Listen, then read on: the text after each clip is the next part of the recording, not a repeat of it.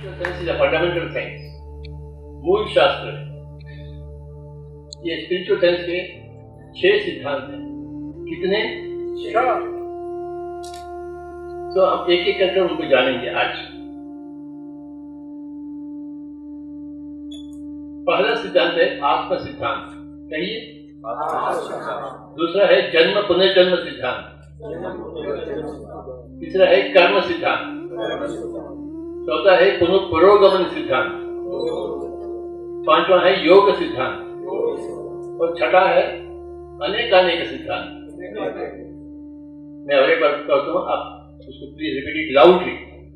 आत्म सिद्धांत, जन्म पुनर्जन्म सिद्धांत, कर्म कर्मफल सिद्धांत, पुरोगमन सिद्धांत, योग सिद्धांत, अनेकानेक सिद्धांत। मैं एक एक करके आपको मैं समझाऊंगा। आत्म सिद्धांत नंबर 1 कहती है कि हम शरीर नहीं है, हम तो आत्मा है।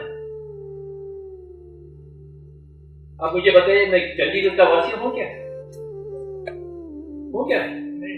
मैं आया हूँ 2 दिन के पहले, 2 दिन के बाद मैं चले जाऊंगा। इस वक्त मैं चंडीगढ़ के वासी हूँ, पर खासकर मैं चंडीगढ़ का वासी नहीं हूँ, कहीं और से आया हूँ। हम धरती के वासी नहीं है। इस वक्त धरती में आए हैं, वो अलग बात है, परंतु धरती में आए हैं और कहीं के हैं, हम आत्मा के हैं। हम शरीर में आए हैं, धरती में आए हैं, 2 दिन में चले जाएंगे। कौन नहीं जाने वाला है उधर? हम चंद दिन के मेहमान हैं। ये हम कहो क्या होता है? ये हम होता है आत्मा। हम शरीर में आए हैं, फिर चले कर बसते हैं। हम तो आत्मा है, सदाबहार, हमेशा हमेशा के लिए आत्मा होती है। न उसमें क्षीणता होती है, न उसमें अंत होता है। हम तो आत्मा है बाबा।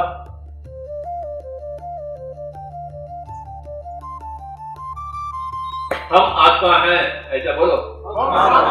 ऐसे जोर से मारो इसको। हम आत्मा हैं। हम शरीर नहीं है। जोर से मारना, देखो, नहीं तो मैं आके मारूंगा। हम आत्मा हैं, हम शरीर नहीं है। आत्मा अविनाशी है, शरीर अविनाशी है। हम शरीर नहीं है बाबा। हाथ जोड़ दो, हम शरीर नहीं है, हम तो आत्मा है। इसे कहते हैं आत्म सिद्धांत। कभी भी ना भूलें आप। अगर भूल जाएंगे तो रोते हुए बैठेंगे, क्योंकि शरीर सड़ जाती है, शरीर में रोग आते हैं, शरीर अंत हो जाता है, आत्मा नहीं। इसे कहते हैं आत्म सिद्धांत। जब अर्जुन ने रो रहा था कि मैं मेरे गुरु को कैसे मारूं, मेरे जाति लोगों को मैं कैसे मारूं, तो कृष्ण ने हंसकर कहता है, तू किसी को मार नहीं सकता है, क्योंकि आत्मा अविनाशी है। यही है निचोड़ भगवत गीता का। हमें क्यों नहीं समझ में आया? मैडम जी ने कही, जब तक मैं ध्यान में नहीं आया वो गीता समझ में नहीं आई।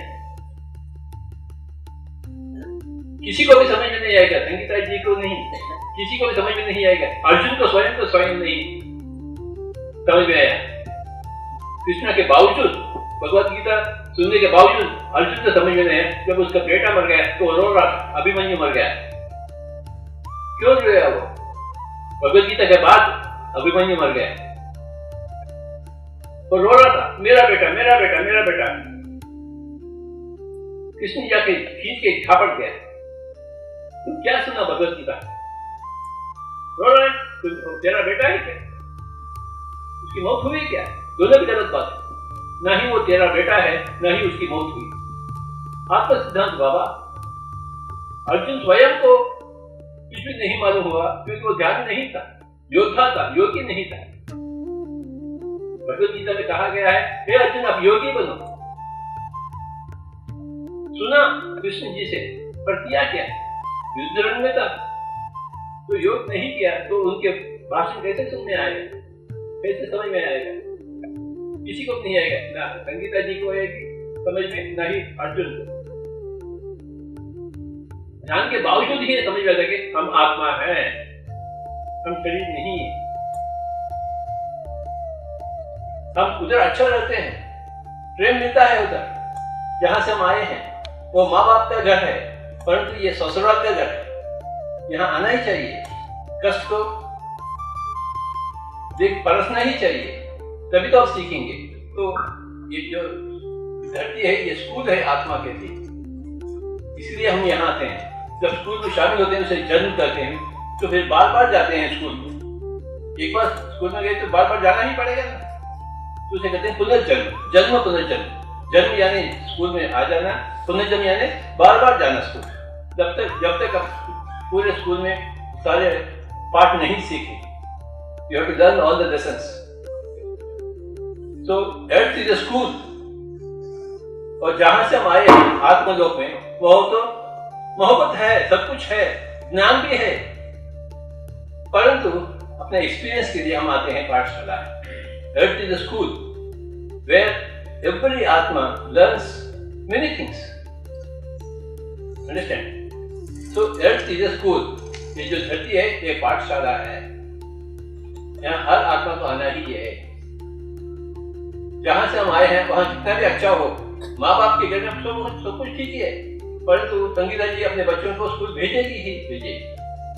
और हम सब स्कूल में आए हैं और बार बार आते हैं, ये कहते हैं पुनर्जन्म, जन्म पुनर्जन्म। तो दूसरा सिद्धांत है, पहला सिद्धांत है हम आत्मा हैं, दूसरा सिद्धांत है हम आते हैं और जाते हैं, आते हैं जाते हैं, आते हैं जाते हैं। इसे कहते हैं जन्म पुनः। पहले बार जब आए हैं तो इसे जन्म करते हैं। पहले बार अपने बच्चों को स्कूल में लेकर जाकर छोड़ी मैडम जी ने, तो इसे कहते हैं first time in the school. फिर second time, third time, fourth time, every day until those two kids they pass out of the school. और घर में न पूछती अब क्या सीखे स्कूल में, आज क्या पढ़ाई। तो ये शरीर छोड़ने के बाद उधर अपना पूछताछ होती, आप क्या सीखे जन्म में, कुछ किए नहीं किए, क्या सबक सीखे।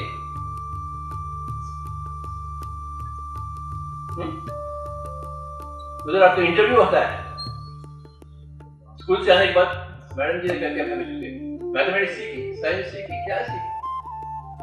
ये कहते हैं जन्म पुनर्जन्म सिद्धांत। पहला सिद्धांत जोर से बोलिए, आत्मा सिद्धांत। सेकंड है जन्म पुनर्जन्म सिद्धांत। न जाने हम कितने जन्म लिए हैं।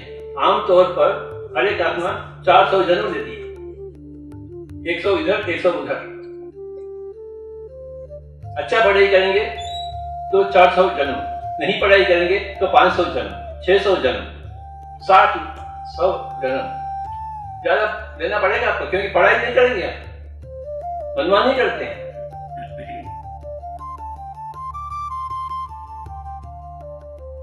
On an average 400 life times चाहिए।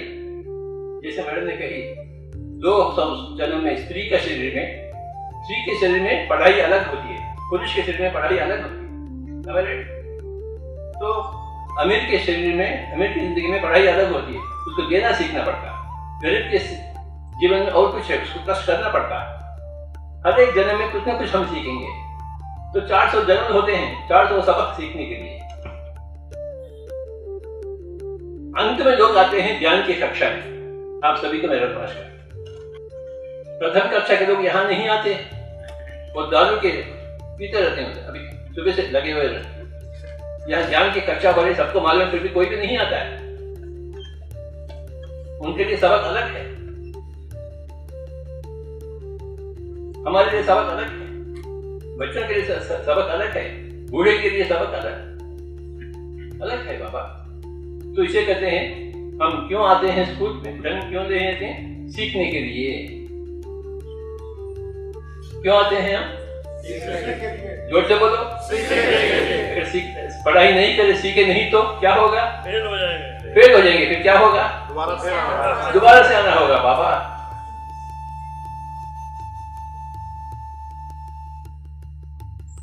और हर जन्म में हम क्या करते हैं, आप ये तीसरा सिद्धांत है, कर्म करते हैं। और कर्म करने के बाद क्या होता है, कर्म को फल को पाते हैं। समझो दारू पिए हैं तो उसका फल मिलेगा नहीं मिलेगा? नहीं मिलेगा। मांस खाए काट कर खाएंगे तो उसका फल नहीं मिलेगा। अच्छे काम करोगे तो उसका फल नहीं मिलेगा। सबको सितार बजाएंगे तो उसका फल नहीं मिलेगा। अच्छा काम का अच्छा फल नहीं मिलेगा, बुरे कर्म को। तो इसे कहते हैं कर्म और कर्मफल सिद्धांत। जिंदगी क्या होती है? कर्म के से भरा हुआ है। जैसे एक पानी का मटका पानी से भरा हुआ है, जिंदगी कर्मों से भरा हुआ है। देखेंगे तो एक कर्म है, नहीं देखेंगे आंखें बंद तो और एक कर्म है, सुनेंगे तो एक कर्म है, नहीं सुनेंगे तो और एक कर्म है, बातें करेंगे तो एक कर्म है, नहीं बातें तो और एक कर्म है। हर चीज कर्म ही है और हर चीज का फल मिलता है, अंजाम होती है। इसे कहते हैं कर्म और कर्मफल सिद्धांत। उन्हीं के अनुसार हम सीखते हैं। छोटा बच्चा क्या करता है, आग में अपना उंगली रखता है, फिर जलता है तो फिर दोबारा नहीं रखता है, करता है क्या? उसको मालूम हो गया कि आग में उंगली उसको बच्चा है, उसको मालूम नहीं, उसको छूना चाहता है आग को, छूता है तो फिर दोबारा नहीं छूएगा। इसे कहते हैं पाठ सीख लिया। दारू पिया है, अगले दिन में दारू नहीं पिएगा, उसको मालूम हो गया कि दारू पीने से मेरी जिंदगी बर्बाद होगी। ध्यान किया तो उसके अगले दिन में मालूम हो गया ध्यान करने से मुझे बहुत फायदा मिली, तो बार बार ध्यान करेगा, कर ही सीखेगा ना। उसको मालूम नहीं है दारू क्या है, पापा पी रहा है तो बच्चा भी कहता है मैं भी पीऊं, वो भी पी जाता है छुप के, और उसे सीखता है कि अरे बचपन में मैं ठीक नहीं किया, पिछले जिंदगी में मैं ठीक नहीं किया, इस जिंदगी में ठीक करूं। सबक सीखता है, हर चीज करने से ही सीखता है, ना करने से थोड़ी सीखेगा। करेगा और उसका फल को देखेगा, चखेगा, तो उसको मालूम होगा कौन सा सीख ठीक है, कौन सा कर्म ठीक है, कौन सा कर्म ठीक नहीं। मैडम जी ने एक बार ध्यान की, फिर उसके समय आगे फिर इससे बहुत फायदा है, इसका फल अच्छा है, मीठा है, तो बार बार ध्यान कर रही, क्योंकि मीठा फल तो चाहिए हमें, कर्म फल तो नहीं चाहिए। इसे कहते हैं कर्म और कर्मफल सिद्धांत। पहला है आत्म सिद्धांत, दूसरी है जन्म पुनर्जन्म सिद्धांत, तीसरी है कर्म कर्मफल सिद्धांत,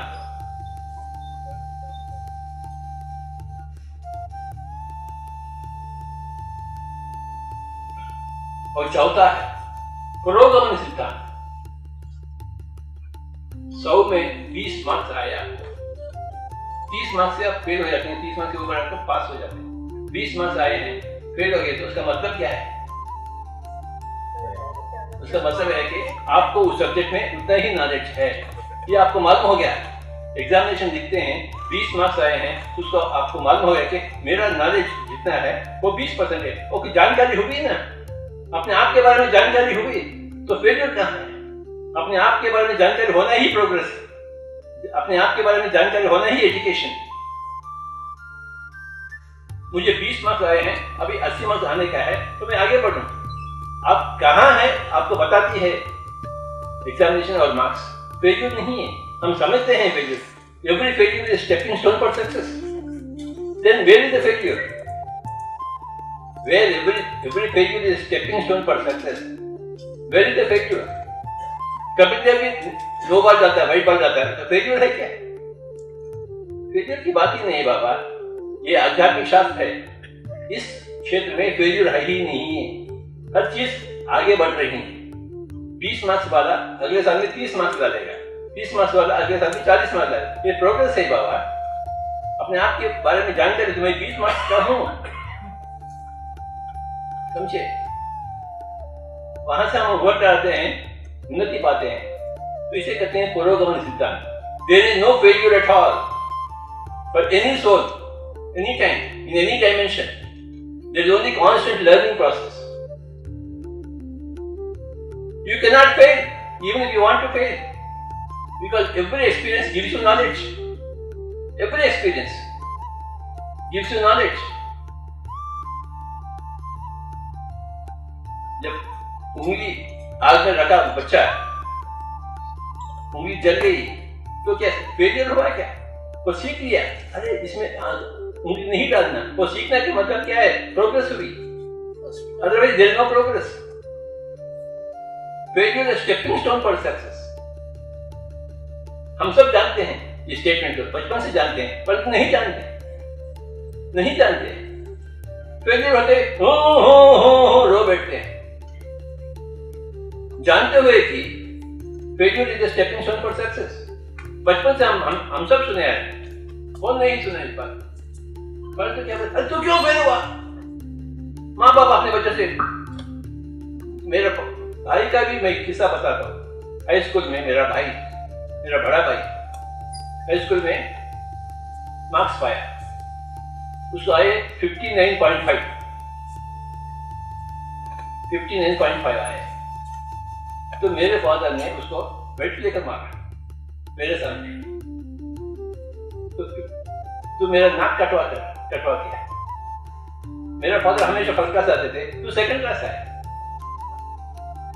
बेल्ट लेकर मारे, कोई बात नहीं क्या? मेरे फादर में कोई आध्यात्मिकता नहीं था, केवल प्रापंचिकता। अगर आध्यात्मिक होते तो कोई बेल्ट से मारेगा क्या? कोई भी नहीं मारेगा। हम बेल्ट क्यों लेते हैं? हम आध्यात्मिक नहीं है, हम प्रापंचिक होते। टेररिज्म क्यों है? हम आध्यात्मिक थोड़ी है उधर। अगर वो जानता ही मैं आता हूं, वो टेररिज्म करेगा क्या? किसी को मारेगा क्या?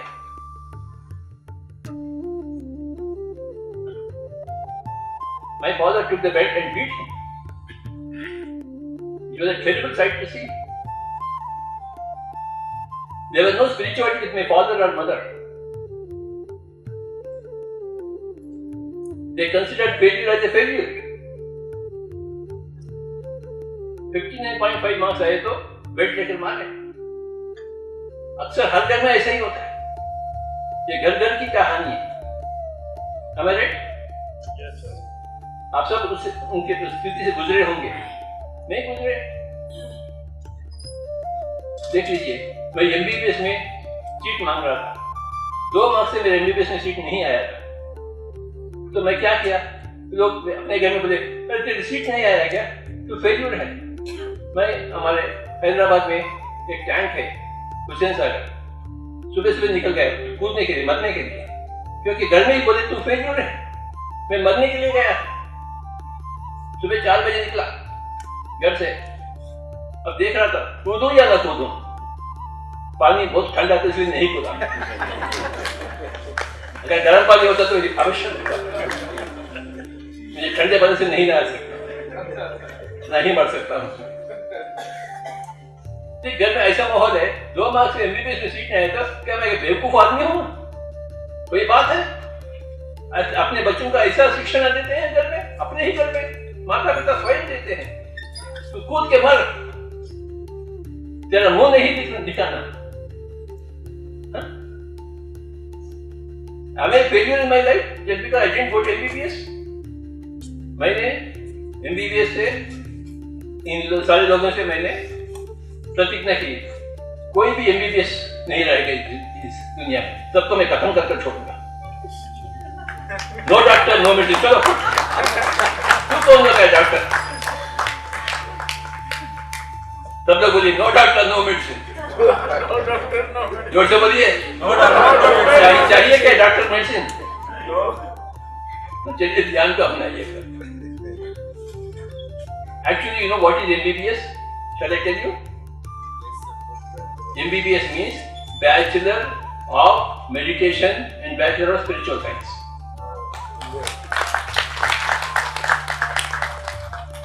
This is MBBS. तब से मैं कसम दिया, कोई भी MBBS इस धरती में नहीं होगा।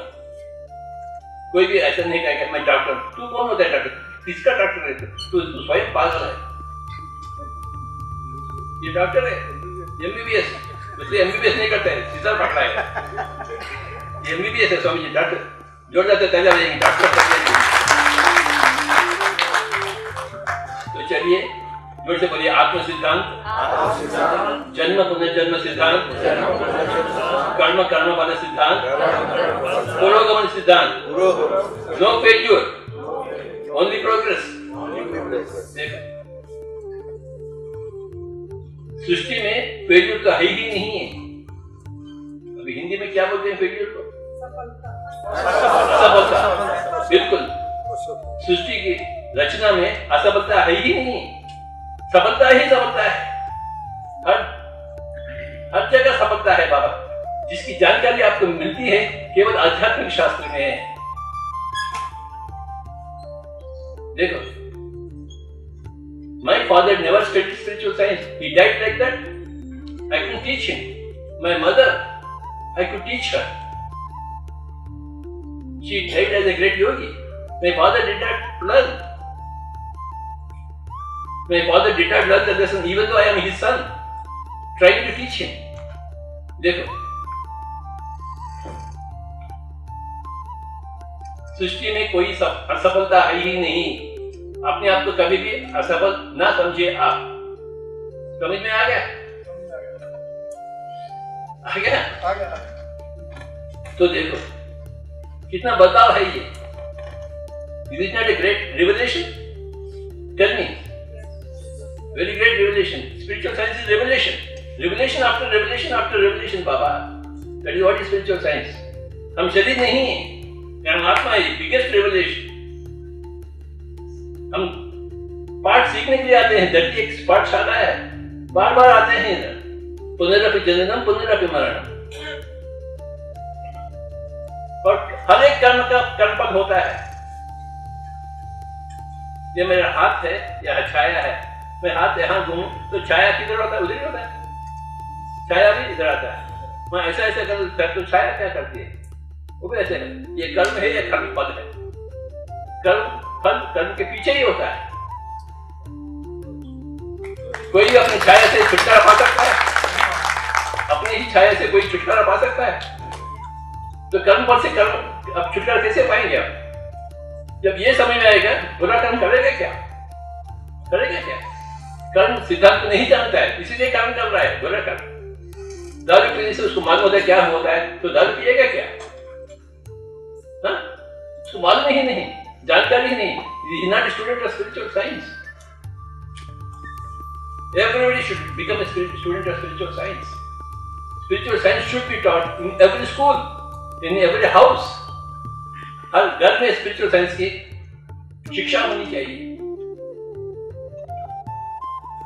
कोई स्त्री और पुरुष ब्याह करने जाते हैं तो मेरा परमिशन लेना पड़ता, नहीं तो उसको ब्याह करके मैं सर्टिफिकेट नहीं दूंगा। क्योंकि स्पिरिचुअल साइंस नहीं तो बच्चे का कैसा जन्म देंगे वो? If I am the government, I will never allow anybody to marry unless they get a certificate from the spiritual scientist कि हम जानते हैं ये 6 सिद्धांत, तभी तो उनको अनुमति दी जाएगी। हाँ, आप शादी करो, बच्चे जन्म करो, नहीं तो अनुमति नहीं है। तो मेरे फादर के जैसे हो जाएंगे सभी लोग। हाँ? जोर से बोलिए, आत्म सिद्धांत, जन्म पुनर्जन्म सिद्धांत, कर्म कर्मफल सिद्धांत, पुरोगमन सिद्धांत, और 5वां है योग सिद्धांत। Is the reason. See, there are 3 things. बोलिए गुड, बेटर, बेस्ट। आप तो गुड तो हैं, फिर आपको क्या करना चाहिए? You have to become better. Better हैं तो उसे फिर बाद क्या करना है? तो इसे कहते हैं you are going to next grade. इसे कहते हैं योग सिद्धांत। अब पुरोगमन तो हो रहा है, बाहर भी हो रहा है। घर में पुरोगमन नहीं होता है कि बच्चों का स्कूल में क्यों भेज रहे हैं? वेतन करने के लिए। घर में माता पिता सब कुछ बता सकते हैं, फिर भी स्कूल भेज रहे हैं। ये योग है। योग इज योर स्पिरिचुअल स्कूल। तो आपकी प्रोग्रेस को और तीव्रतम छलांग कहते हैं योग सिद्धांत। आप नहीं पढ़े फिर भी तो आप प्रोग्रेस तो हो रहे हैं, फिर भी पढ़े तो और ज्यादा प्रोग्रेस होगा। कहते ज्ञान योग। पुस्तकें पढ़े, ग्रंथ पढ़े तो ज्ञान योग, ध्यान करे तो राजयोग, अच्छे कर्म करे तो कर्म योग, भक्ति योग, कोई भी योग हो, आप छलांग देते हैं अपने ही प्रोग्रेस में। इसे कहते हैं योग सिद्धांत। जोर से बोलिए, आत्म सिद्धांत, जन्म पुनर्जन्म सिद्धांत, कर्म कर्मफल सिद्धांत, पुरोगमन सिद्धांत। बिना गुरुगण पढ़ने से भी आपका पुरोगमन हो रहा है, बिना भगवत गीता भी पुरोगमन हो रही है, परंतु भगवत गीता पढ़ने से बिना ध्यान से भी आपका प्रोग्रेस हो रही है, नहीं हो रही क्या? परंतु ध्यान से आप एक छलांग और एक छलांग देते हैं, इसे कहते हैं योग सिद्धांत। और अंतिम आगे हम छठा सिद्धांत, अनेक अनेक सिद्धांत। मुझे बताइए, आप कितने अच्छे कर्म कर सकते हैं? हिटलर कितने बुरे कर्म किया है, हर एक को जला दिया है, सेकंड वर्ल्ड वॉर किया है, और मदर टेरेसा कितने अच्छे कर्म किए, अनगिनत। तो कोई भी बंदा अनेक अनगिनत कितने तारे हैं बाबा, बताइए कितने? अनगिनत। कितने जन्म हो सकते हैं आपके? अनगिनत। आपके ऊपर निर्भर है। मैं कितने बार आ सकता हूँ चंडीगढ़, कितने बार आ सकता हूँ, मेरे ऊपर निर्भर है। मैं बार बार भी आऊँ, 1000 बार भी आऊँ, ये मेरे ऊपर निर्भर है। तो हर चीज में अनगिनत की होती है, अनेक अनेक सिद्धांत इसे कहते हैं। कितने बच्चों को आप जन्म दे सकते हैं? 1, 2, गांधारी कितना की? 100। तो कितना है, कितने बच्चों को जन्म दे सकते हैं? मर्जी आपकी। आप कितना संगीत का साधना कर सकते हैं स्वामी जी? 1 घंटा, 2 घंटा, कितना घंटा कर सकते हैं साधना? Unlimited. Everything is unlimited. That is called as अनेक अनेक सिद्धांत. Everything is unlimited.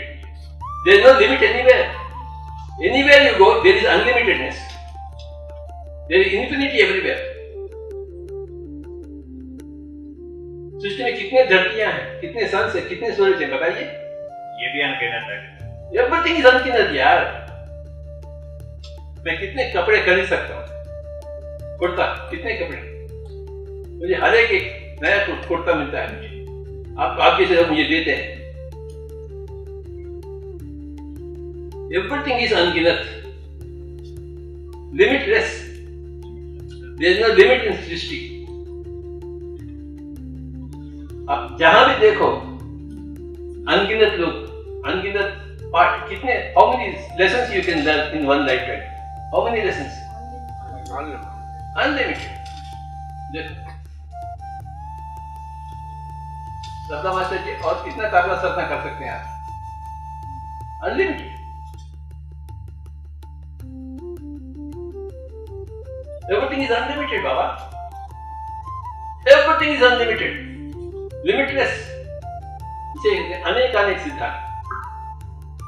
बुरे कर्म अनेक अनेक कर सकते हैं, अच्छे कर्म अनेक अनेक कर सकते हैं। कितना सेवा कर सकते हैं अपने माता पिता का, कितना सेवा कर सकते हैं आप? Unlimited. Until they are there in the body. Last minute तक आप सेवा कर सकते हैं ना, कुछ भी हो।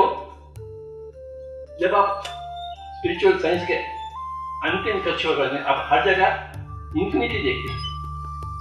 Everywhere you will find unlimitedness, and you will stay put in that unlimitedness. You are not a limited human being. You are unlimited. Your potential is unlimited. Yes or no? What is your potential? Unlimited. कुछ भी कर सकते हैं, कुछ भी कर सकते हैं, कुछ भी करवा सकते हैं। मैं कितने लोगों को ध्यान सिखाया, बताइए स्वामी जी? करोड़ों लोग, साक्षात करोड़ों लोग। नहीं, एक बंदा ऐसा, करोड़ों लोगों को मैं बताया ऐसा पिछले 40 साल में, पिछले 40 साल में।